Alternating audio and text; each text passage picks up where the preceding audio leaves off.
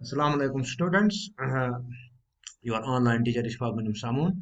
This lecture is for class 10th, subject political science, book democratic politics second, unit 2.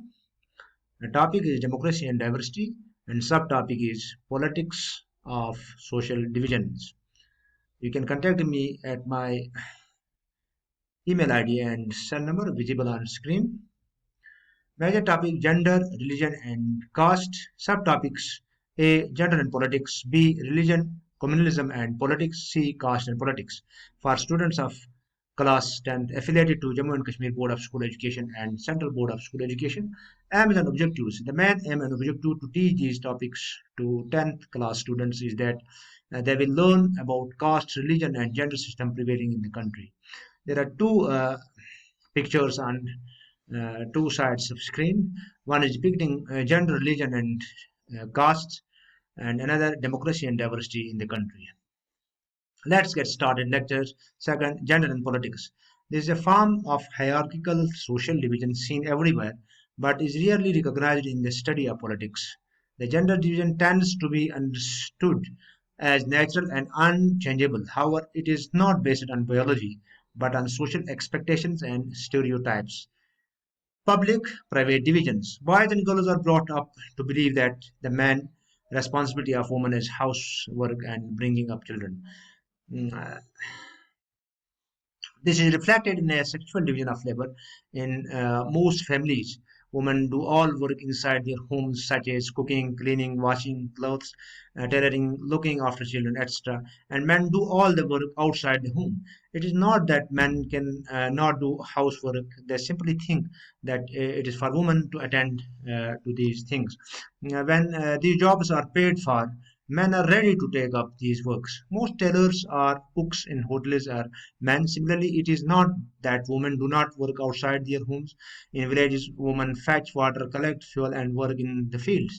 In urban areas, poor women work as domestic helper in middle class homes, while middle class women work in offices.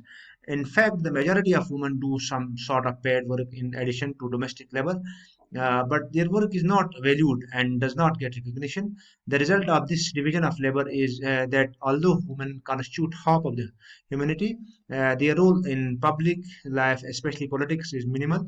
In most societies, earlier only men were allowed to participate in public affairs, vote, and contest for public offices. Gradually, the gender issue was raised in politics.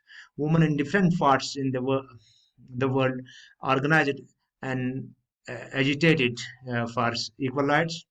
There were agitations in different countries for the extension of voting rights to women. These agitations demand enhancing the political and legal status of women and improving their educational and career opportunities.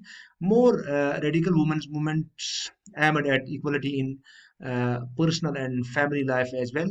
These movements are called feminist movements. Political expression of gender division and political mobilization on these questions help to improve women's role in public life.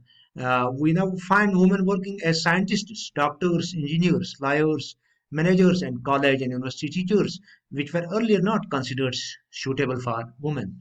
Women's political representation issue related to women's well-being are otherwise are not given adequate attention. One way to ensure this is to have more women as elected representatives. In India, the proportion of women legislators has been very low. The percentage of elected women members in Lok Sabha has touched 12% of its total strength of the first time in 2014. Their share in state assemblies is less than 5%. In this respect, India is among the bottom group of nations in the world. One way to solve this problem is to make it legally binding to have a fair proportion of women in the elected bodies. This is what the Panchayati Raj has done in India. One third of seats is in local governments bodies is in panchayats and municipalities are now reserved for women. And now there are more than 10 lakh elected women representatives in rural and urban local bodies. Women's organizations and activists have been demanding similar reservations of at least one third of seats in Lok Sabha and state assemblies for women. Gender divisions is an example that some form of social division needs to be expressed in politics. Part first of lecture 2 is completed. We will do the assessment after completing the second part. We will meet again in the next part of this lecture. Till then, Allah Hafiz. Don't forget to like, comment, share, and subscribe my YouTube channel. Thanks. Thanks.